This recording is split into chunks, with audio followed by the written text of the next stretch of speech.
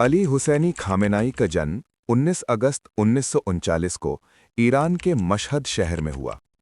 वो अपने पिता के 8 बच्चों में से दूसरे नंबर के बेटे थे। उनके पिता एक शिया मौलवी थे और अली भी उसी राह पर चलना चाहते थे। महज 4 साल की उम्र में उन्होंने अपनी इस्लामी पढ़ाई शुरू कर दी।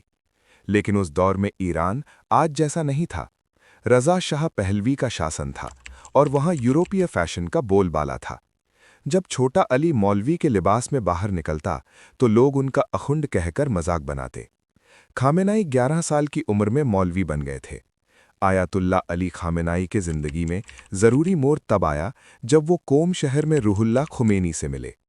1979 का दशक आया। ईरान में रज़ा शाह पहलवी के खिलाफ गुस्सा बढ़ रहा था।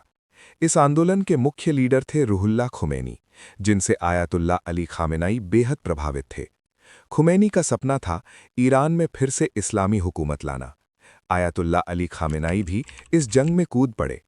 प्रदर्शन करने की वजह से उन्हें 6 बार जेल जाना पड़ा। फरवरी 1979 में रज़ा शाह पहलवी का शासन उखड़ फेंक दिया गया और 15 साल के बाद रूहुल्लाह खुमैनी पेरिस से तेहरान वापस लौटे। लाखों की भीड़ ने उनका स्वागत किया और वो बने ईरान के पहले सुप्रीम लीडर। इस वक्त तक खामेनाई रूहुल्लाह खुमैनी के मजबूत साथी बन चुके थे। फिर साल 1981 तेहरान की एक प्रेस कॉन्फ्रेंस। अली खामेनाई के पास एक टेप रिकॉर्डर रखा था। अचानक एक जोरदार धमाका हुआ। उस टेप रिकॉर्डर में बॉम्ब था। इस हमले में खामेनाई बुरी तरह घायल हुए। उनका दायां हाथ लकवाग्रस्त हो गया और एक कान की सुनने की शक्ति चली गई। हमला मुजाहिदीन खल्क ने किया था, लेकिन अस्पताल के बिस्तर से खामेनाई ने वो कहा जो आज भी मशहूर है, अगर मेरी जीभ और दिमाग काम करता रहा तो मुझे हाथ की कोई ज़रूरत नहीं। इस हमले के बाद उन्हें पूरे इस्लामी जगत में एक योद्धा के तौर पर देखा जाने लगा। अभी वो चोटों से उभर ही रहे थे कि देश पर संकट आ गया। एक धमाके में प्रधानमंत्री और राष्ट्रपति की मौत हो गई। मजबूरी में खामेनाई को चुनाव लड़ना पड़ा और वो जीते। 1981 से 1989 तक 8 साल वो राष्ट्रपति रहे। ये वो दौर था जब इराक के सद्दाम हुसैन के साथ ईरान की खूनी जंग चल रही थी। 1989 में पहले सुप्रीम लीडर खुमैनी की मौत हो गई। अब सवाल था, अगला कौन? सबका ध्यान खामेनाई पर था। हैरान करने वाली बात यह है कि खामेनाई खुद ये पद नहीं चाहते थे। उनका मानना था कि उनके पास अभी उतना ज्ञान नहीं है। लेकिन उनकी लोकप्रियता इतनी थी कि उन्हें 6 अगस्त 1989 को ईरान के दूसरे सुप्रीम लीडर चुन लिया गया। लगभग 36 साल खामेनाई उसी कुर्सी पर बैठे हैं और ईरान की दिशा तय करते रहे। इस बीच उनके ही नागरिक उनके खिलाफ कई प्रदर्शन किए, जैसे कि सबसे पहला प्रदर्शन 2009 में हुआ। फिर 10 साल बाद दूसरा प्रदर्शन 2019 में क्रूड ऑयल के बढ़ते दामों को लेकर हुआ। अब जिन लोगों ने उन्हें ईरान का लीडर बनाया था, वही लोग उन्हें तानाशाह कहने लगे। तीसरा प्रदर्शन 2023 में महश अमीनी की मौत को लेकर हुआ। ये प्रदर्शन 1 साल तक चला और 2025 में आखिरी प्रदर्शन दिसंबर में हुआ।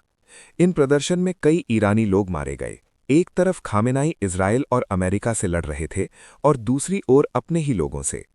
तभी 28 फरवरी 2026 को सुबह अमेरिका और इजराइल का एक जॉइंट मिशन करता है, जिसका नाम एपिक फेरी और रेसिंग लायन रखा गया। इजराइल की खुफिया एजेंसी मोसाद कब से आयतुल्ला खामेनाई के पीछे था। मोसाद को उनकी पूरी जानकारी थी कि वो कब कहाँ होते हैं। 28 फरवरी को मोसाद को जानकारी मिली कि खामेनाई अपने टॉप एडवाइजर्स के साथ एक बैठक में है।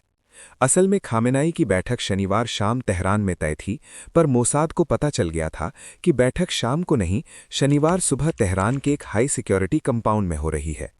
ये कंपाउंड तेहरान के बीचों बीच था और वहां सारे लीडर्स जमा हुए थे। तभी इजराइल और अमेरिका को पक्की इन्फॉर्मेशन मिली कि खामेनाई भी वहीं पर हैं और उन्होंने ये मौका नहीं गंवाया। इजराइल से करीब 6 बजे फाइटर जेट उड़े और ईरान के तेहरान में करीब 9:40 पर कंपाउंड पर मिसाइल गिराई गई।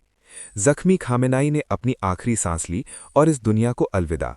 और उनके साथ उनकी बेटी, दामाद, पोती और उनके टॉप एडवाइजर अली शामखनी और IRGC के जनरल मोहम्मद पाकपुर इस हमले में मारे गए।